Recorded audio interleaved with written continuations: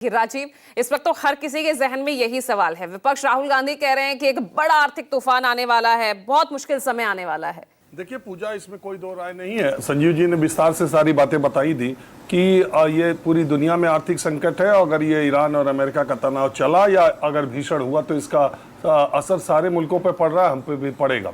अभी जो बात कही जा रही है, जैसा कि मालूम है आपको, 4 रुपए के आसपास पेट्रोल डीजल बढ़ गया और अगले 2-3-4 दिनों में फिर इसको कुछ बढ़ाए जाने की उम्मीद है।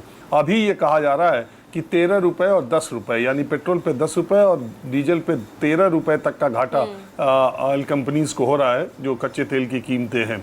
जो पक्ष में जो लोग बात कहते हैं कि हमारे यहाँ तो 4% बढ़ा, हमारे यहाँ तो 4 साल के बाद बढ़ा। देखिए, जिन मुल्कों में ज़्यादा प्रतिशत में दाम बढ़े हैं, चाहे ग्रेट ब्रिटेन हो चाहे दूसरे जो मुल्क हैं जिसमें उन्होंने परसेंटेज ज़्यादा बढ़ाया है, उसका कारण ये है कि उन्होंने जब कच्चे तेल की कीमतें कम हुई थी तो उन्होंने तेल की कीमतें कम भी कर दी थी। तो इसलिए जब तेल की कीमतें ज़्यादा होती हैं तो वहाँ उन मुल्कों में इमीडिएटली उससे क्रूड ऑयल से जोड़ करके आम जनता पर उसी तरह का बोझ डालते हैं, और अगर कम होती हैं तो आम जनता को उसी तरह की राहत देते हैं।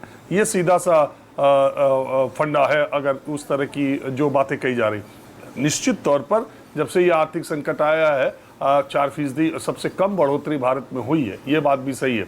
और आपको मालूम है कि भारत में जितना ईंधन खपत होता है उसका 40% डीजल है। डीजल का दाम बढ़ने का मतलब माल ढुलाई महंगी होना, और उससे फिर फल सब्जी ये सारी चीज़ों का 15% के आसपास बढ़ना।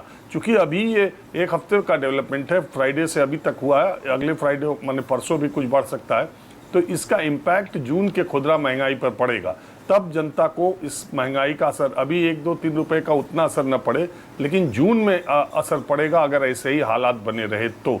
राहुल गांधी जिस बात की तरफ इशारा कर रहे हैं, उस तरफ तो प्रधानमंत्री विदेश जाने से पहले ही इशारा कर गए थे और वो विदेश से भी लगातार इशारा कर रहे हैं। बात ये है कि जो बात है कि 28 फरवरी से ही ये काम पूरी दुनिया इस तपिश को महसूस कर रही है।